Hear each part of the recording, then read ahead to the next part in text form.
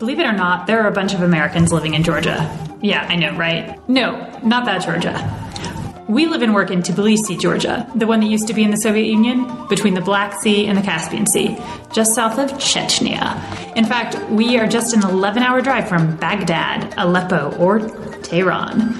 Although we are in a rough neighborhood, we also worry about education, tax, healthcare, the same things everybody else worries about. But we have a unique perspective on foreign policy. In a way, we are foreign policy. And if mistakes get made, for us and our families, it's not just a headline. For people we went to high school with, we just disappeared. But we didn't disappear. We moved to a particular place. In our case, we moved to Tbilisi, Georgia. Right? That doesn't keep us from being deeply involved in American politics because we care about the United States, because we're Americans, and because where we live is at the forefront of American foreign policy. It's my belief that Barack Obama actually knows where Georgia is, geopolitically, geographically, culturally, and the strength of that relationship and the support from Barack Obama will be very important for this region. For those of us living abroad, places like Iran, Iraq, Afghanistan, Syria, Russia, and Turkey are not just places on a map. They are places that have a direct effect and consequences on our lives. So when foreign policy is made in the United States and Washington, D.C., that directly affects these places, whether it's conflict, whether it's diplomacy, whether it's negotiations, whether it's energy policy, those of us abroad, those of us in Tbilisi, Georgia, can suffer or achieve great things based on how good those foreign policy decisions are.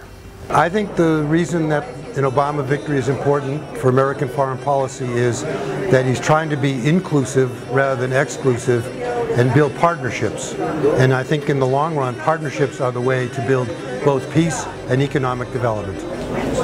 Any move from the great strides we've made in our foreign policy and our very well-crafted relationships overseas, a move towards an insular policy will be so detrimental for America and for the world. And at this point, I think that Obama is much, much stronger, much more well-prepared. His team is much more realistic in terms of what it is to deal with policies in other places in the world. The previous administration had a you're with us or against us attitude that caused America and the world huge problems.